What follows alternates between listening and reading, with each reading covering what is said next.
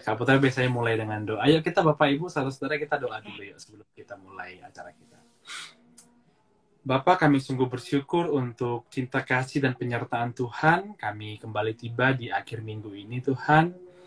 Dan kami rindu untuk kembali dikuatkan melalui kesaksian-kesaksian saudara-saudara kami Tuhan. Dan malam ini bersyukur Debo sudah ada bersama dengan kami yang akan menyaksikan kehidupannya. Bagaimana Tuhan bekerja dalam kehidupannya. Mari Tuhan yang berkati pembicaraan kami sehingga acara malam kesaksian online ini kami bisa beroleh berkat, kami bisa beroleh motivasi, dan kami tahu bahwa Tuhan selalu bersama dengan kami. Saudara-saudara kami yang masih akan bergabung dalam acara ini, Tuhan berkati mereka dimanapun mereka berada. Dalam nama Yesus kami mau mulai acara ini Tuhan. Amin. Ya, sekali lagi saya sapa, sekali lagi Bapak Ibu, ada Angel, hai Angel. Selamat datang, selamat bergabung di malam kesaksian online GKI Ngagel. Selamat, ada Pak CEO tuh, ada Pak Sinto. Selamat bergabung Pak Sinto. Debo sepertinya nge-lag ya. Halo Debo. Kok Sinto bisa dengar saya nggak? Tuh saya yang nge-lag nih, jangan-jangan nih. Kok Sinto? Apakah suara saya terdengar jelas? Oke, Debo sepertinya ada gangguan sinyal Bapak Ibu. Kita tunggu sebentar. Ini kalau tadi saya jalan di pulang kantor sama pas berangkat tadi sudah agak mulai sepi sepertinya Surabaya. Oke, thank you.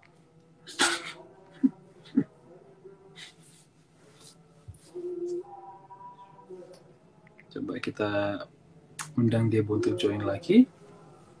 Hai Bu. Sorry, maaf. Kayaknya tadi. It's okay. Nah, ya Bapak Ibu kita kan langsung mulai saja gitu ya. Bu, malam ini kan tadi kalau dilihat di flyernya begitu ya, di pemberitahuannya kan malam kesaksian kali ini temanya kan I give my life to the potter's hand, begitu kan. Kita mungkin cukup sering cerita ya, sedikit banyak lah pernah cerita di NYC, tapi boleh nggak kasih gambaran awal dulu apa sih sebenarnya yang mau apa yang mau Debo sampaikan sebenarnya melalui judul ini sebenarnya? Bagaimana sih? Apa sih maksudnya? Mungkin biar jemaat mungkin bisa dapat gambaran awal dulu. Jadi ini kan yang memilih tema Ko Hari kemarin kan memberi apa ya, terserah gitu mau temanya apa. Nah, ini akhirnya kan saya ambil tema ini kenapa? Soalnya di sini saya mau cerita gimana Tuhan itu membentuk saya gitu. Jadi kan potter's hand berarti itu kan apa ya, pemahat apa sih potters itu? Buat kayak tembikar Perunggu, begitu bukan guys. ya? Iya, Ya. tembikar yang dari tanah liat itu. Nah, itu gimana saya tuh merasa ditempa, dibentuk seperti itu menjadi lebih baik sama Tuhan gitu. Dan Oke. di dalam Ya. ya, Ya, nggak apa-apa, lanjut. oke. Dan di dalam proses pembentukan itu pastinya nggak mudah kan. Pasti kalau misalnya kita ngelihat video-video orang membentuk tanah liat itu kan diputer ya, dipukul, dilemparin lagi sama tanah liat lagi. Kayak gitu biar tambah besar, biar tambah bagus, kayak gitu. Jadi memang nggak mudah. Gitu. Oke. Thank you juga Kosin tadi kasih tuh di tangan penjunan katanya kalau bahasa Indonesianya. Iya. Jadi Bapak Ibu sekali lagi saya kasih gambaran sedikit. Debo ini aktivis di gereja kita. Ya, dia orang yang sangat aktif melayani di gereja kita. Walaupun sekarang kerjanya di Pandaan, tetapi wow, nggak usah ditanya tentang bagaimana Debo itu melayani, dan memang hari ini kita akan dengar kayak apa sih sebenarnya pelayanan dan melayani Tuhan itu membentuk diri seorang Debo. Bo bisa ceritakan dulu kehidupanmu sekarang, kira-kira apa yang dilakukan, kesehariannya seperti apa? Oke. Sekarang sih saya sedang kerja, sudah kerja, baru kerja sekitar 6 bulan, kerja di Pandaan. Kalau di gereja itu saya masuk di kepengurusan juga. Sekarang sih saya pegang digital ministry, bagian yang upload-upload di Instagram NYC, TikTok, bikin konten, bikin acara kayak gitu-gitu sih Kak. Kalau yang kemarin saya pegang ibadah, jadi mungkin lebih sering ngeliat saya di ibadah pemuda. Gitu, Kak. Persisnya mulai kapan sih Depo melayani di gereja? Masih ingat nggak? Kayaknya itu dari SD sih Kak. Itu sudah mulai ikut Paduan Suara Glory in Bethlehem. Habis itu SMP kelas 1 itu BPH Pemuda Remaja. Oke. Oh, oh. Luar biasa. Iya, iya. Gitu. Oke. Karena satu dan lain hal saya bisa jadi BPH di kelas 1 SMP. Gitu. Oke, Bapak Ibu cukup muda, masih sangat muda, udah pernah jadi BPH Pemuda Remaja gitu ya. Oke, pastinya kan ada sebuah proses. Tadi Debo kan menyinggung sebuah proses gitu kan dalam melayani dalam kehidupan, termasuk dalam kehidupan pelayanan. Nah, pertanyaan mendasar dulu. Kalau begitu, ada nggak sih perubahan pemaknaan dalam pelayanan ketika di awal sampai sekarang itu bagi Debo? Dulu mungkin pelayanan itu kayak apa, sekarang kayak apa? Kalau dulu itu kan saya memang ingin melayani, tapi pengen melayaninya itu lebih ke kayak apa ya, mencari kegiatan gitu sih Kak. Hmm. Kalau dulu, maksudnya kok kayaknya asik ya pelayanan di gereja, asik yang ngurus PD seperti itu. Terus habis gitu, oke saya pelayanan tuh. Nah, kalau lambat laun ke sini, menurut saya pelayanan itu sebuah pengorbanan, Hmm. pengorbanan dan bentuk cinta kita ke Tuhan gitu. Jadi memang mungkin sekarang kan lebih sibuk daripada dulu kan masih SD, SMP yang dipikirin cuma sekolah-sekolah kan semenjak kuliah terus habis itu bekerja itu waktu tuh semakin sedikit gitu. Dan itu yang membuat saya berpikir pelayanan itu sebuah pengorbanan. Tapi saya juga bersuka cita di dalam proses pelayanan itu kayak gitu sih Kak. Jadi dari awalnya itu hanya buat ngisi waktu, ngisi kegiatan, tapi sekarang Debo melihat bahwa pelayanan itu adalah sebuah bagian dari hidup di mana Debo belajar untuk berkorban. Bapak Ibu mulai Iya, kelihatan nih, berkorban mulai kelihatan nih lebih maksudnya di tema tadi. Coba bisa untuk dijelaskan lebih jauh. membalas Tuhan gitu. Bisa dijelaskan lebih jauh, nggak apa-apa, langsung lanjut aja. Oke, iya kalau pelayanan ya untuk sekarang itu kayak memang sebuah pengorbanan, tapi pengorbanannya itu lebih ke bukti rasa cinta kasih kita ke Tuhan gitu. Juga untuk melayani sesama kita. Kalau saya sih jujur sudah merasa di GKI Ngagel itu seperti rumah gitu.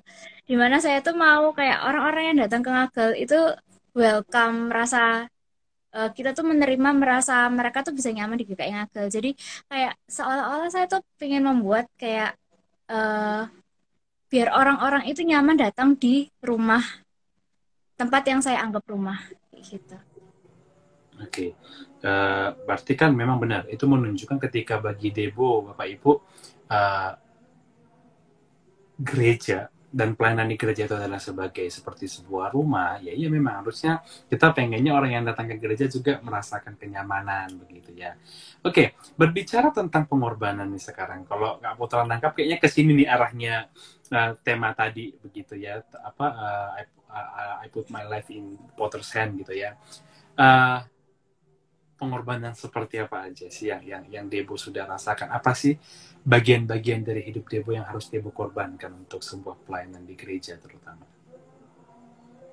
Untuk pelayanan di gereja itu lebih ke yang pasti waktu. Terus kemudian juga kadang materi juga loh. Tapi memang bukan apa ya, bukan pengorbanan yang banyak. Tapi juga hati, pikiran itu yang paling banyak sih. Pikiran itu karena kan terutama di pemuda remaja ya, itu kan Kak, itu kita harus membuat suatu apa ya, acara atau bukan acara, tapi maksudnya gimana cara mengemas ibadah, mengemas acara supaya teman-teman pemuda remaja ini mau tetap stay, mau tetap ikut gitu. Nah, itu harus benar-benar putar otak kayak gitu.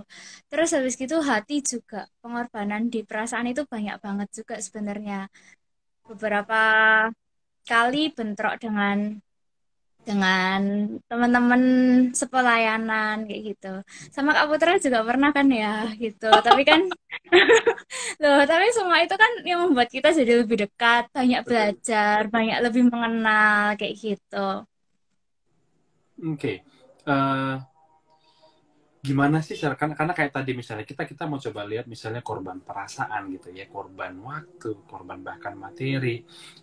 Let's say misalnya katakanlah, kan kadang orang berpikir kan, masa sih pelayanan di gereja kayak tadi tuh kok konflik sih, kok sampai ada ribut-ributnya sih gitu kan, yang mana memang itu akan menguras perasaan kita, yang mana memang kita mungkin banyak berkorban perasaan. Gimana sih Debo sendiri ngelihat itu lebih lebih jauh, mungkin lebih jauh. Iya. Mungkin kalau misalnya dilihat kemarin itu kebetulan saya habis rapat sama teman-teman dan ada beberapa teman-teman yang baru juga. Itu kita sharing-sharing dan terus ketika sharing itu dia kaget. Oh, ternyata berorganisasi di gereja, pelayanan di gereja itu ternyata juga anu ya ada konfliknya juga ya. Kayak pertamanya tuh saya pikir oh ya di gereja berarti damai, adem ayem kayak gitu, kayak ya udah lancar-lancar aja. Ternyata enggak kayak gitu. Ya apa ya? Mungkin agak susah ya karena pelayanan itu tidak dibayar kan. Itu Mhm. pelayanan itu ditanda kasih kita untuk membalas Tuhan gitu kan. Dimana kita nggak bisa menuntut orang untuk sempurna dalam misalnya kalau kita bekerja kan misalnya manajer minta A B C D kamu harus bisa. Kalau pelayanan kan bukan hal yang seperti itu gitu. No. Oke, um, Bapak Ibu, sampai sejauh ini kita sudah sedikit banyak mulai tadi ya, share, mulai masuk ke topik kita. Bagi Bapak Ibu yang baru join, sebentar ya, saya sapa dulu. Selamat datang Bapak Ibu di acara Malam Kesaksian Online. Ini kita lagi ngobrol sama Debo, bagaimana kehidupan pelayanan Debo, dan bagaimana Debo dibentuk melalui pelayanannya. Nah, ada hal yang menarik Bapak Ibu yang sejauh ini sudah disampaikan Debo, bahwa yang pertama bagi dia ada sebuah pergeseran cara berpikir, cara melihat pelayanan. Awalnya pelayanan itu buat ngisi waktu, bagi Debo sekarang pelayanan itu adalah ya panggilan gitu ya. Panggilan untuk berkorban. Karena Tuhan sendiri sudah berbuat begitu banyak untuk hidup kita. Itu Bapak Ibu. Pelayanan itu adalah panggilan untuk berkorban. Apa yang dikorbankan banyak tadi, begitu ya. Nah, terakhir ini tadi kita bahas tentang bahwa dalam pelayanan itu termasuk kita korban perasaan. Yang mana walaupun pelayanan gereja itu kadang kita makan hati gitu ya, ada konflik terjadi begitu kan. Dan tapi satu hal tadi yang menarik, karena memang kayak kata Ibu, kami sendiri pernah Bapak Ibu sedikit crash begitu ya, tetapi memang yang benar itu yang buat kami malah dekat begitu ya.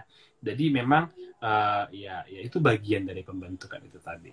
Oke, Bo, kalau sejauh ini nih kita bicara tadi, temanya kita tadi, I give my life to the potter's hand. I give my life. Kak Putra mau masuk di situ dulu gitu kan.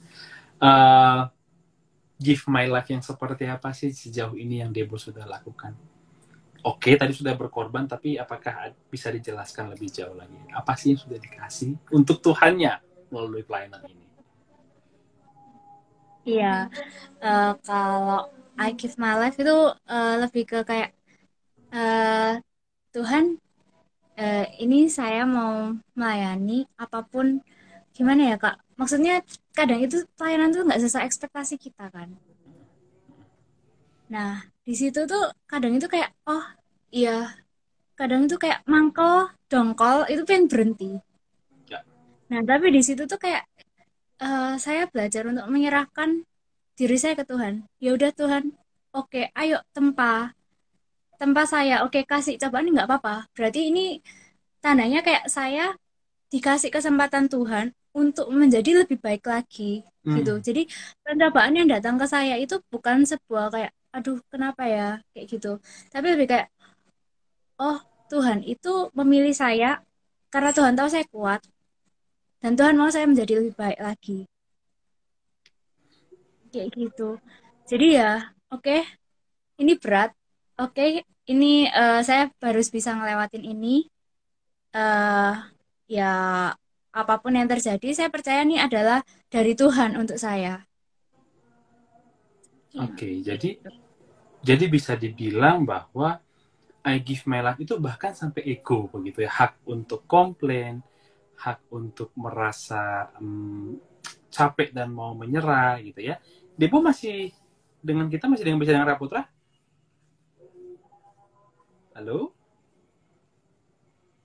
Oke, Bapak Ibu, sepertinya ada masalah jaringan lagi dengan Deborah. Nggak apa-apa, sambil kita tunggu. Eh, Mulai banyak hal yang menarik Bapak Ibu yang disampaikan oleh Debo, begitu ya. Bapak Ibu kalau misalnya nggak bisa dengar saya, tolong saya di chat ya.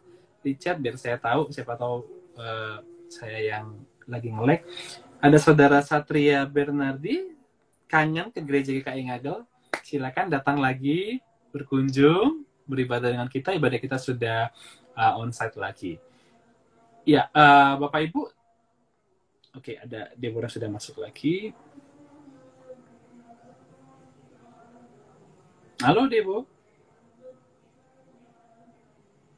Iya, Bapak Ibu. Nah, it's okay. Sorry. Gak apa-apa, gak apa-apa. Sometimes it happens.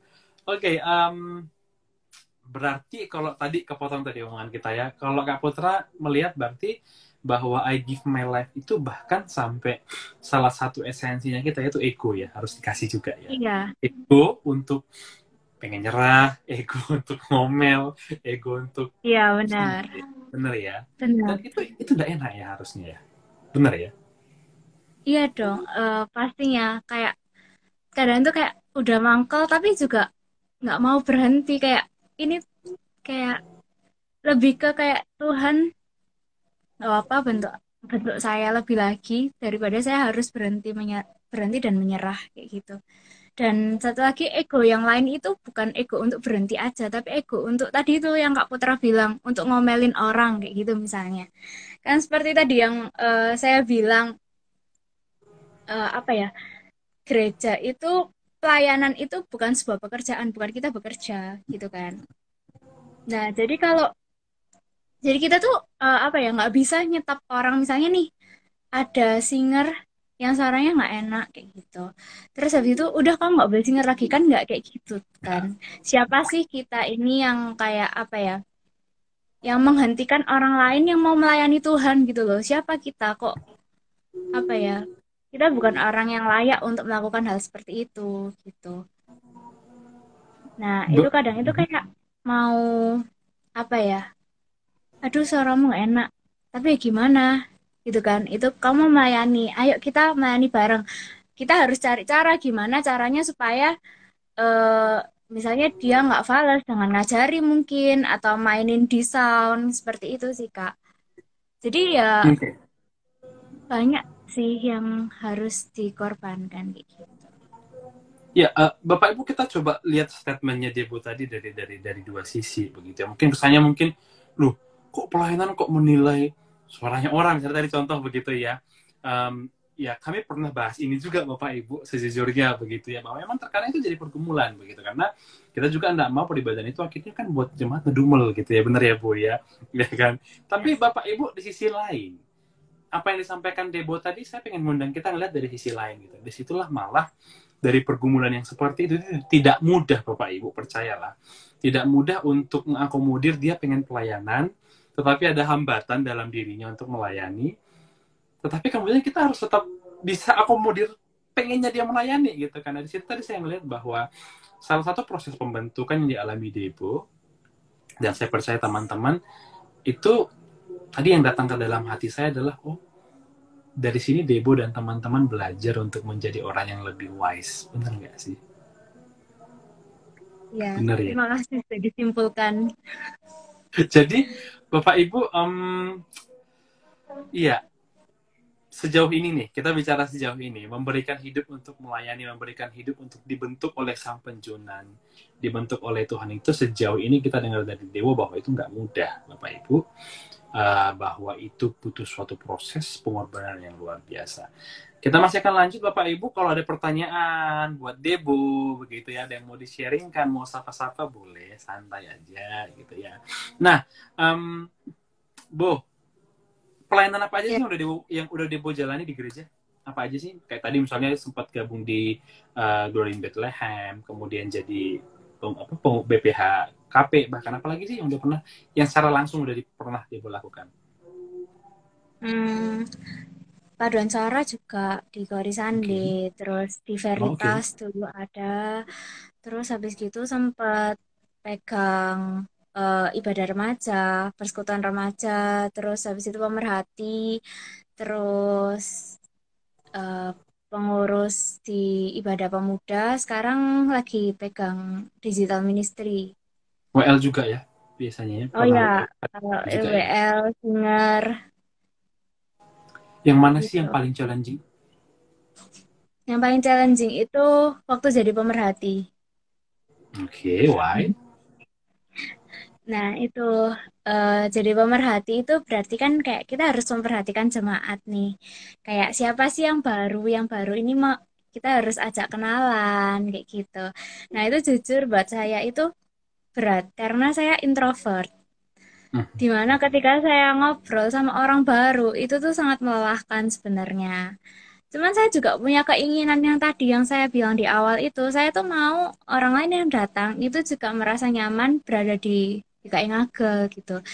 Jadi kalau misalnya ada orang datang, dia belum pernah ke GKI Ngagel, terus dia duduk sendirian, nggak kenal siapa-siapa, itu pasti kan nggak nyaman ya. Jadi gimana caranya kita membuat nyaman, ngajak kenalan, hobinya apa, kayak gitu-gitu. Terus nanti kita chat lagi minggu depan, ayo datang lagi, nanti aku temenin, kayak gitu.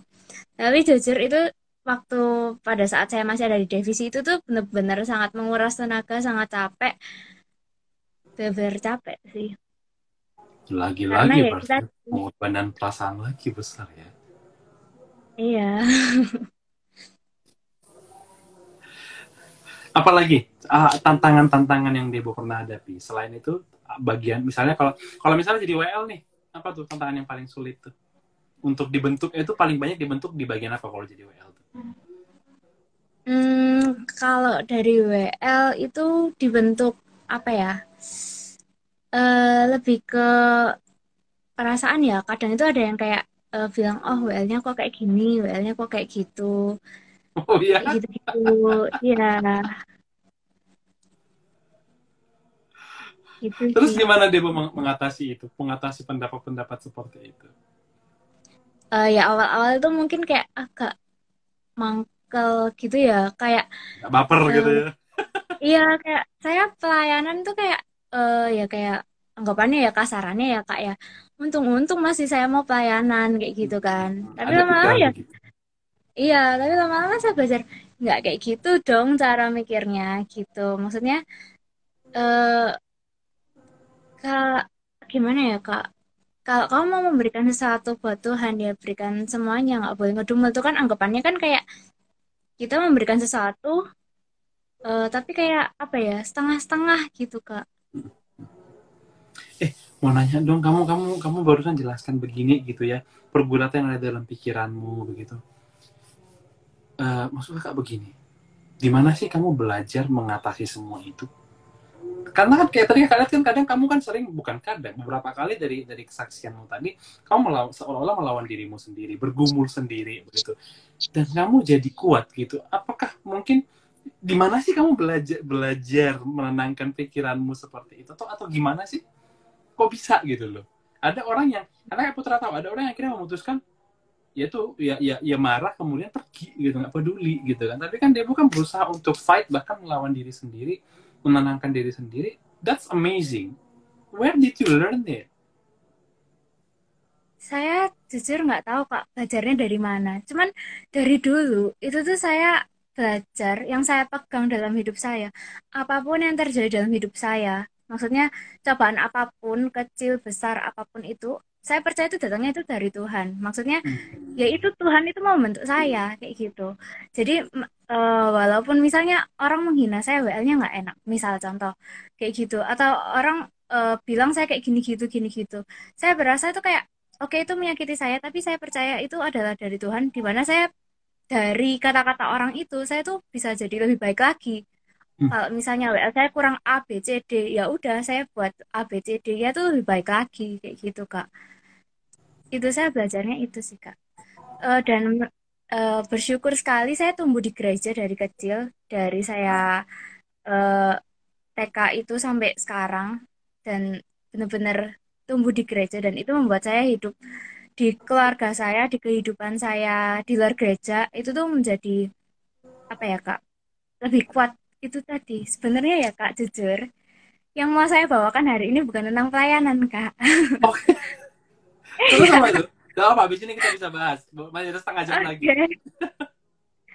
Iya, jadi yang ya itu tadi karena saya tumbuh di gereja, saya tahu hal-hal apa ya yang diajarkan oleh cara hidup Kristen, apa yang diajarkan oleh Alkitab itu benar-benar sangat membantu saya di dalam kehidupan saya.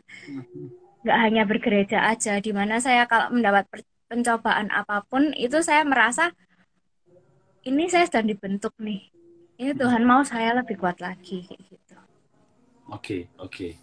Nah, apa kita akan masuk ke hal yang kamu bahas, tapi tadi maksud kakak, karena itu pun kan proses yang tadi semua yang kamu alami di gereja kan tentu kan pada akhirnya kan memang juga itu ngefek ke kehidupanmu di luar gereja, begitu kan? Dan apapun yang akan Debo sharekan setelah ini.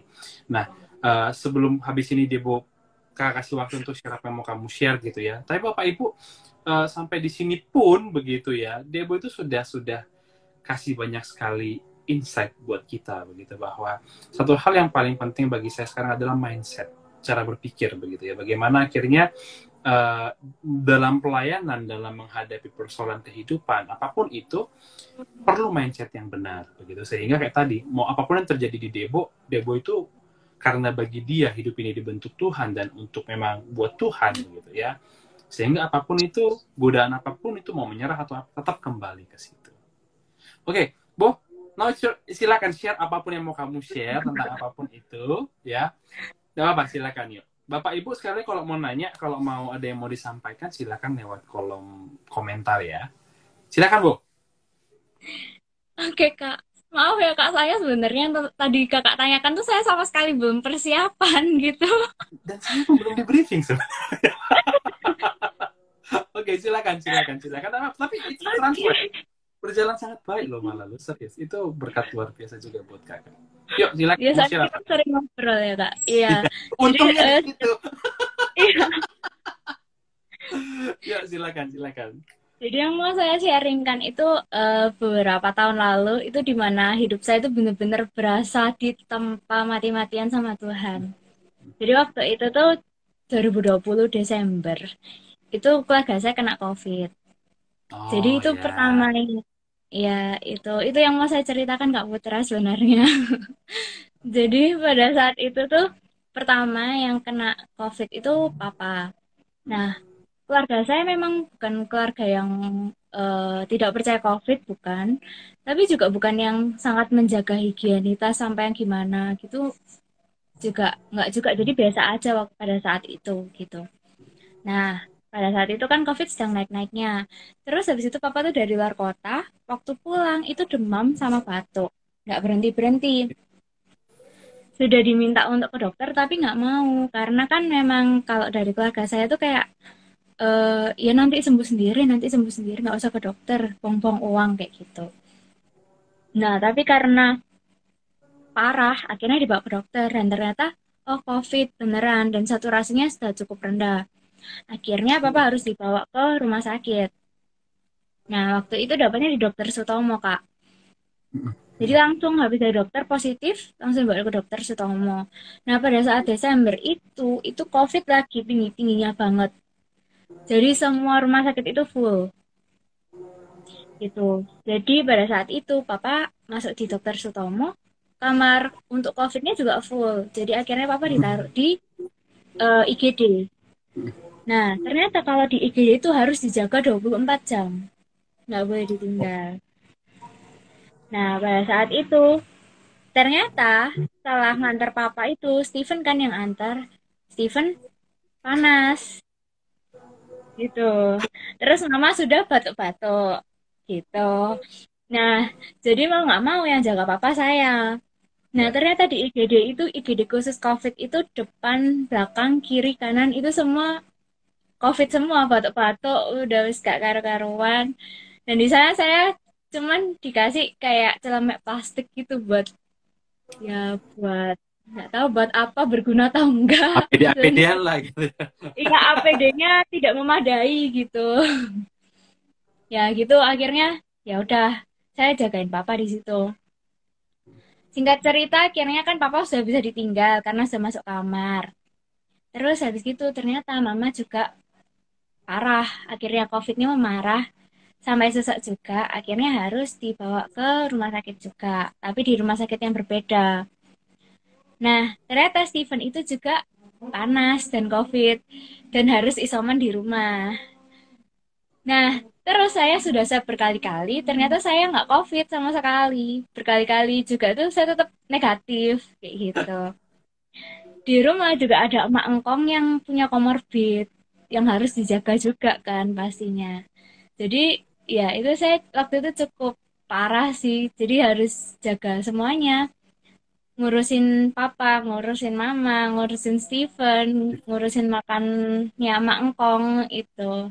Itu luar biasa sih. Terus juga kan pada saat itu saya belum kerja, papa mama berhenti kerja, jadi nggak ada pemasukan pada saat itu Kak. Terus puji Tuhan sekali adiknya mama, engku saya itu mau bantu kasih uang gitu. Tapi saya kan sama ini kan dikasih mama uang itu, maksudnya di uang bulanan, uang jajan itu kan pas gitu ya Kak. Nah pada saat itu kan saya dikasih uang yang cukup banyak gitu, maksudnya untuk kebutuhan sehari-hari. Dimana saya nggak pernah pegang uang sebanyak itu. Jadi benar-benar pada saat itu sudah capek fisik, capek mental. Tapi ya saya juga bersyukur banget kayak akhirnya ya itu tadi saya berserah sama Tuhan. Oke Tuhan bentuk saya. Saya percaya tuh kayak itu dari Tuhan gitu. Ya memang kadang tuh bertanya, kenapa sih Tuhan kok saya harus melalui ini kayak gitu. Tapi saya menguatkan diri saya dengan cara percaya kalau ini tuh dari Tuhan.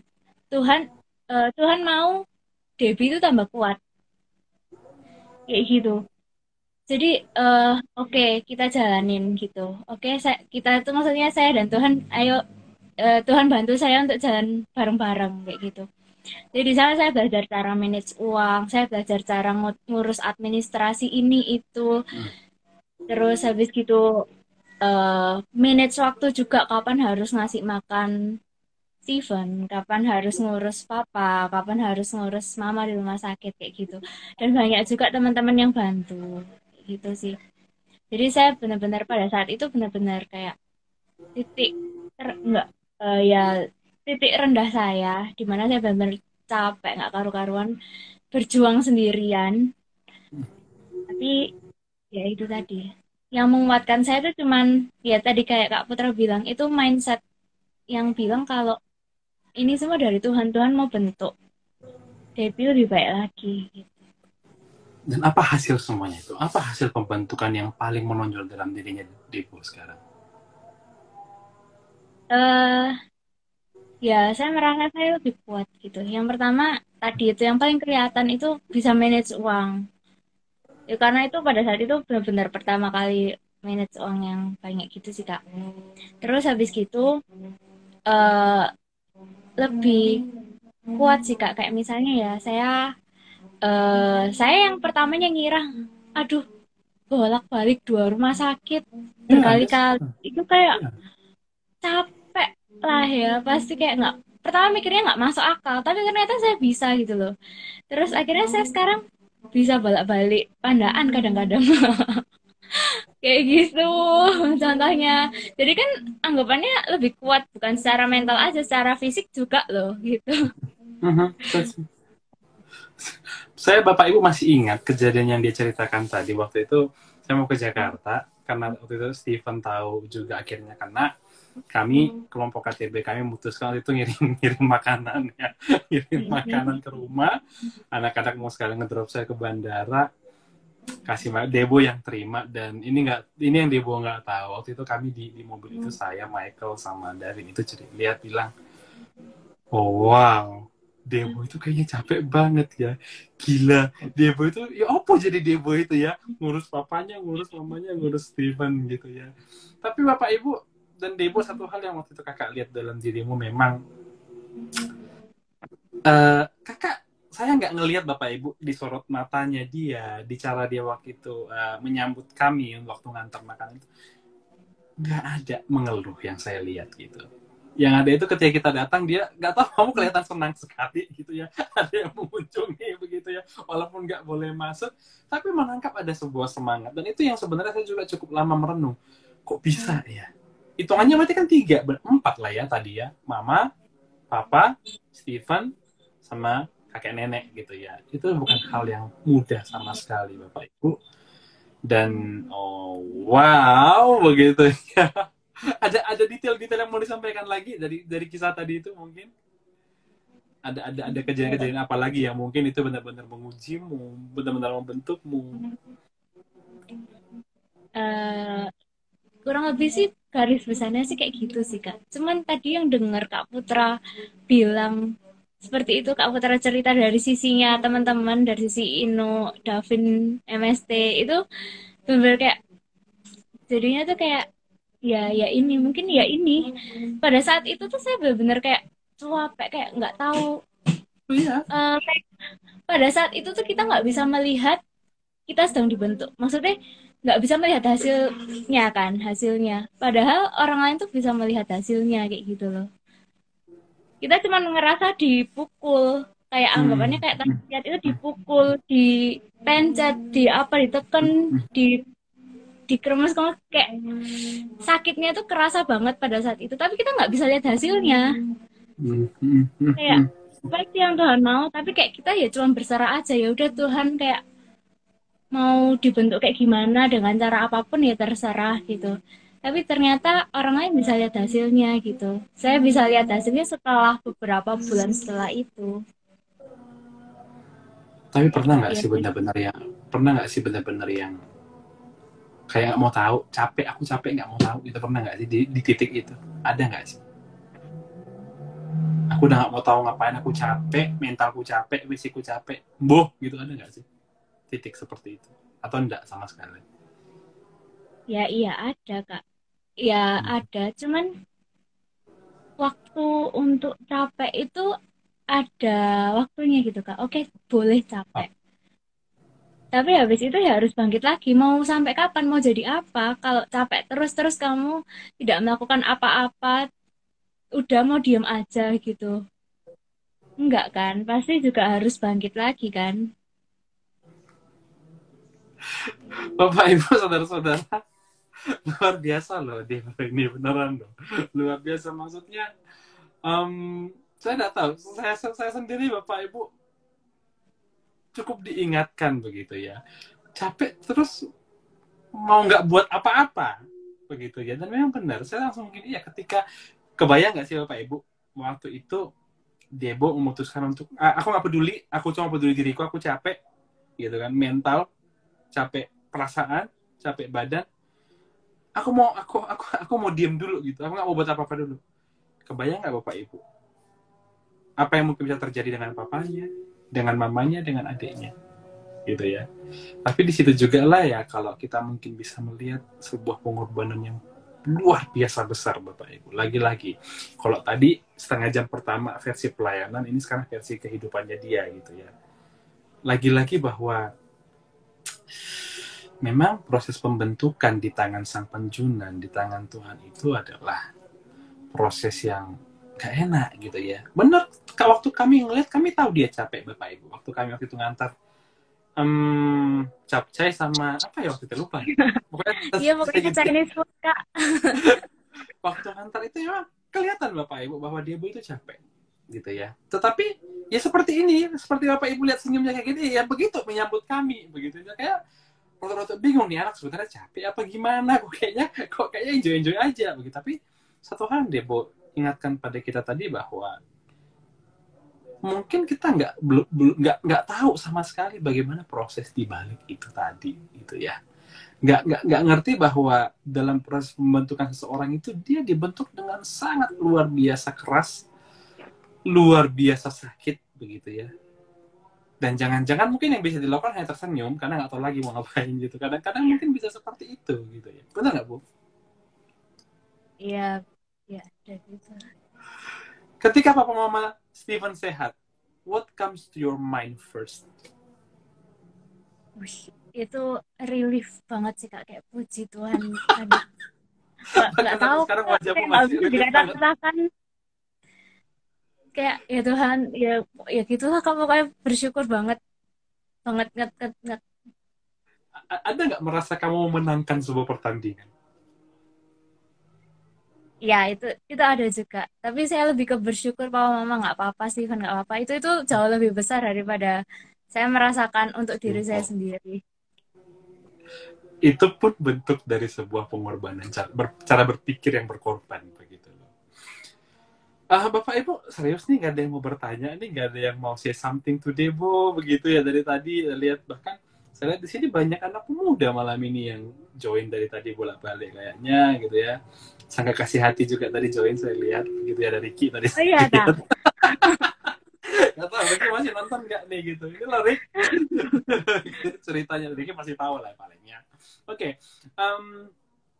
Bu, dari ceritamu tadi, ini kakak belum berpikir ini akan diakhiri sih sesi ini, karena masih menunggu mungkin ada yang mau ngomong dari jemaat yang lagi lihat gitu ya. Tapi kalau misalnya dari ceritamu tadi, oke lah, baik di pelayanan, baik di pengalamanmu tadi, apa yang bisa kamu sampaikan ke orang-orang yang mungkin lagi juga sekarang dalam proses pembentukannya dia?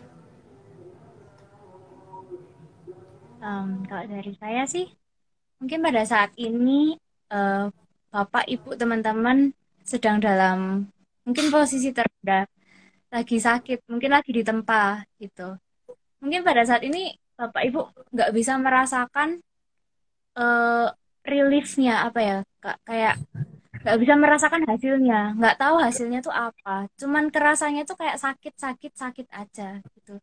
Saya percaya percaya bahwa semua ini tuh datangnya tuh eh, dari Tuhan yang mau membentuk kita. Nanti pada akhirnya tuh kayak kita sendiri tuh bisa melihat hasilnya. Kita bertumbuh menjadi orang yang seperti apa.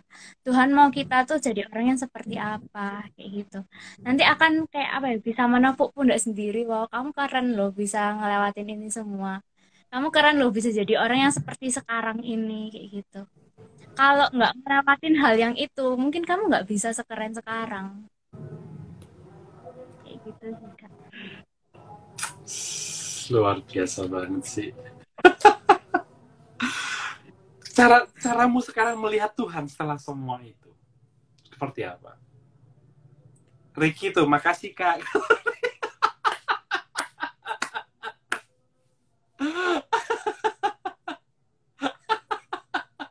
Thank you Ricky. Oke, kembali ke pertanyaan tadi. After Jadi tanya all, apa, Kak? after all, caramu melihat Tuhan, siapa sih akhirnya Tuhan bagimu? Oke, Potters gitu ya, tapi anything lah. Apa bagaimana caramu menggambarkan Tuhan akhirnya? Kecintaanmu sama Tuhan akhirnya kayak apa sih? Kalau buat saya, Tuhan itu tadi Saint Potters itu seperti apa ya? Seperti ayah yang sedang mendidik anaknya gitu. Orang tua yang sedang mendidik anaknya. Mungkin kita akan dimarahin, diapain, tapi kan seorang orang tua, papa atau mama itu pengen anaknya tuh jadi lebih baik kan, kayak gitu. Tapi sama proses mendidik yang keras itu, orang tua tuh nggak pernah meninggalkan kita. Ya, itu juga Tuhan gitu. Saya merasa pada saat ditempa apapun itu, Tuhan juga nggak meninggalkan saya gitu. Dan kayak apa ya, kayak di akhir itu lebih ke kayak kayak nunjukin gitu loh, ke kayak nunjukin ke orang tua kayak, wah, Mama saya berhasil kayak gitu. Nunjukin ke Tuhan juga kayak gitu. Ya Tuhan, makasih buat apa, kayak buat tempaan, buat semuanya itu saya bisa jadi orang kayak gini. Luar biasa, Bu. Bu. Bapak Ibu, iya kayak Debo bilang tadi, kami kadang-kadang ngobrol, kadang-kadang keluar nongkrong gitu sama anak-anak. Tapi tetap aja cerita Debo hari ini tuh buat saya sangat bersyukur gitu ya. Eh, saya tahu kisah ini, tetapi ternyata detailnya saya baru tahu sekarang. Detailnya agak lebih banyak detailnya baru tahu sekarang, dan yang lebih luar biasa lagi, Bapak Ibu, menurut saya malam ini kita terberkati dengan itu tadi, mindset ya. Bagaimana seorang Deborah Purwantoro itu melihat keadaannya dia gitu. Puji Tuhan gitu ya, dan semoga terus membaik, pandemi semakin membaik begitu ya. Tapi Debo sendiri punya kesaksian hidup ketika pandemi ini hit us so hard begitu ya. Ketika pandemi ini juga ternyata memang adalah sebuah proses. kalau kita mau melihat itu sebagai proses, Bapak Ibu. Dari Debo kita belajar bahwa kesulitan-kesulitan yang terjadi karena pandemi ini, lagi-lagi, pada akhirnya kita mau lihat itu sebagai apa? Hanya sebagai cobaan, hanya sebagai kesulitan, saya rasa kita nggak akan bertumbuh, Bapak Ibu. Tapi kalau kita belajar dari seorang Deborah malam hari ini, suatu keadaan yang sulit, pandemi, dan kita terhimpit. Bagi saya terhimpit, kebayang nggak sih papa sakit, mama sakit, adik sakit, ada engkong sama emak yang harus dirawat juga, begitu ya. And we are the only one, we are the survivor, begitu. Satu sisi mungkin bersyukur, tapi satu sisi kita mungkin merasa terhimpit, Bapak Ibu. Saya nggak tahu apa yang jadi persoalan Bapak Ibu saat ini, saudara-saudara, mungkin apa yang menghimpit. Tapi lihat tuh seorang Debo tuh, lihat senyumnya tuh, tulus banget gitu kan. Seorang Debo tuh bisa ngelewatinya gitu. Dia terhimpit, Bapak Ibu. Itu pasti. Benar ya Bu ya, terhimpit banget ya. Ketakutan mungkin muncul. Ketakutan apa yang muncul dalam dirimu waktu itu, Bu? Ketika kamu ngalami semua mereka sakit dan kamu yang survive, ada ketakutan apa yang muncul?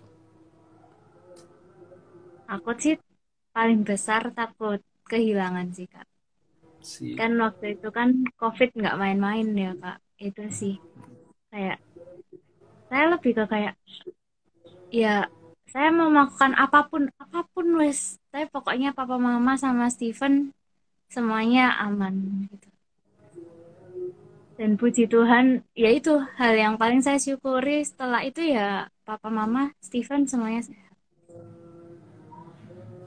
Takut kehilangan itu himpitan lain lagi, Bapak Ibu. Dan itu pasti rasanya nggak enak banget gitu ya. Jadi semakin jelas Bapak Ibu, proses pembentukan dari tangan Sang Panjunan itu mungkin tadi ya dari luar, hentakan itu dari luar, kayak tembikar lagi dibuat itu dipukul, tapi kan dia nggak selamanya dipukul dari luar Bapak Ibu. Kadang-kadang juga dipukul dari dalam, begitu ya. Rasa takut itu mungkin pukulan dari dalam diri sendiri. Dan it can be kills gitu. Itu bisa membunuh kita Bapak Ibu, membunuh iman kita, membunuh harapan kita. Tapi sekali lagi malam ini kita diberkati Tuhan benar-benar pakai Debo mengingatkan kita bahwa mindset itu perlu. Mindset kita tentang Tuhan itu perlu.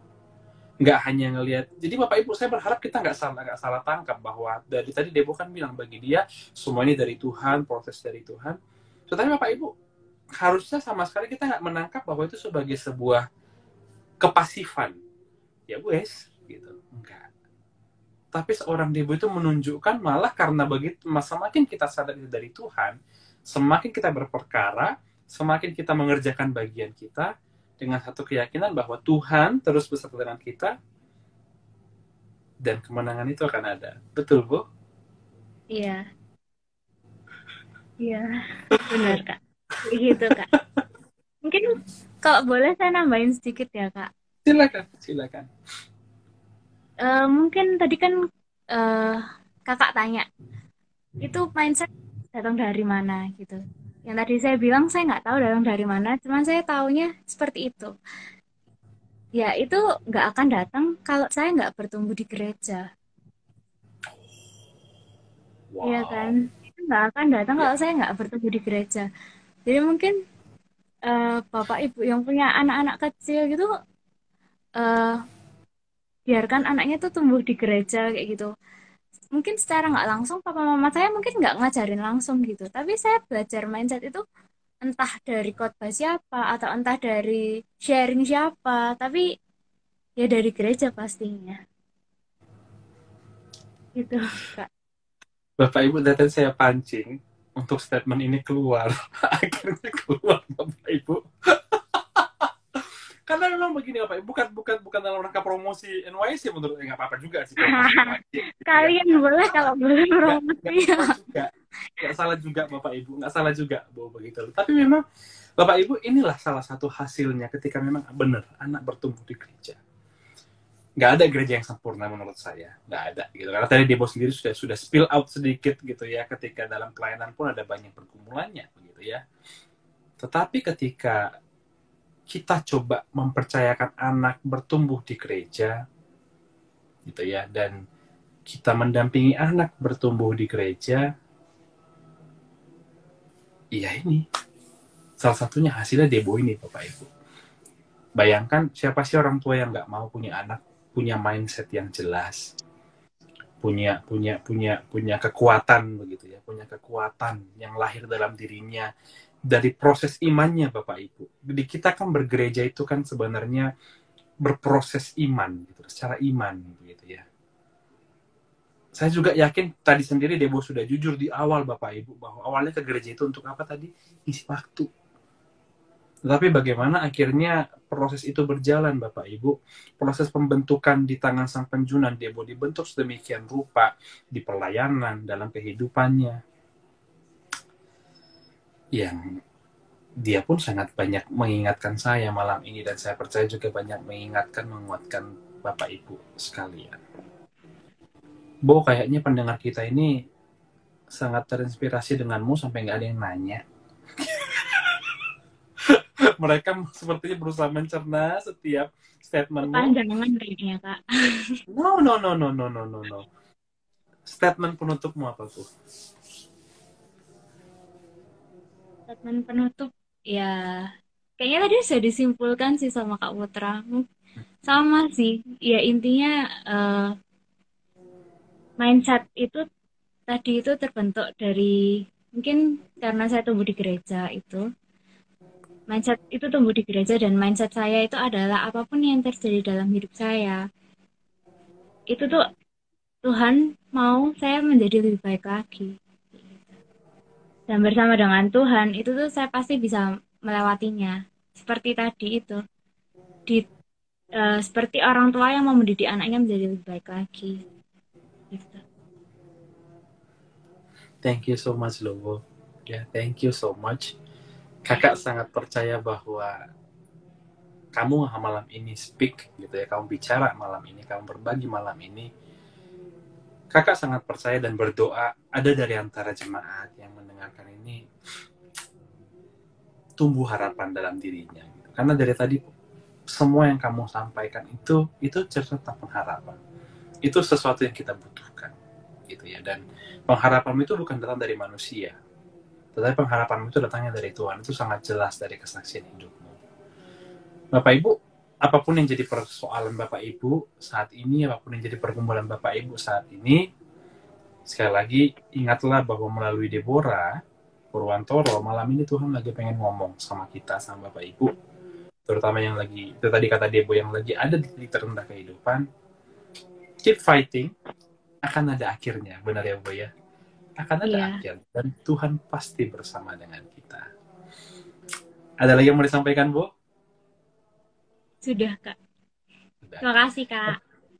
Sama-sama, yuk kita mau tutup dalam doa ya. Kita mau doakan saudara-saudara kita yang mungkin sedang dalam pergumulan. Bapa, kami sungguh bersyukur, kami sungguh berterima kasih. Waktu yang cukup singkat sebenarnya untuk kami menceritakan kehidupan kami, menceritakan bagaimana Tuhan membentuk kehidupan seorang Deborah. Dan biarlah kiranya pesan yang ingin Tuhan sampaikan melalui Deborah menjadi jelas bahwa Bapa tidak pernah meninggalkan kami. Berdoa untuk setiap saudara-saudara kami, Bapak Ibu yang malam ini bergabung dan mungkin ada dalam titik terendah kehidupannya, Tuhan kuatkan dan temani mereka. Biarlah melalui percakapan kami malam ini yang kami dengarkan, kami diingatkan bahwa semuanya ini akan ada akhirnya. Dan Tuhan akan terus setia mendampingi kami sampai pada titik akhir itu. Kami menyerahkan setiap pergumulan kehidupan kami, keluarga kami ke dalam tangan Tuhan, dan biarlah melalui kehidupan kami semakin mengenal Tuhan dan nama Tuhan semakin dimuliakan. Dalam nama Yesus kami mengucap syukur. Amin. Thank you so much, Devo. Kayaknya bisa dijadwalkan lagi kapan ya. Bisa dijadwalkan lagi kapan-kapan. Ya, sehat-sehat. Salam buat Papa, salam buat Mama, Stephen, Engkong, Emak, semuanya semua sehat. Bapak Ibu, semoga sehat-sehat juga semuanya. Selamat menikmati libur bagi yang sudah libur. Bagi yang akan melakukan perjalanan keluar kota, mungkin hati-hati di jalan. Enjoy the holiday. Demo libur? Tentu saja tidak. Be strong, enjoy your day gitu ya. Tetap jaga kesehatan, hati-hati di jalan kalau ke kantor, rumah ya. Terima kasih Bapak Ibu, Tuhan berkati. Sampai ketemu di malam kesaksian selanjutnya. Thank you, Tuhan memberkati. Bye Debo, bye Bapak Ibu. Bye.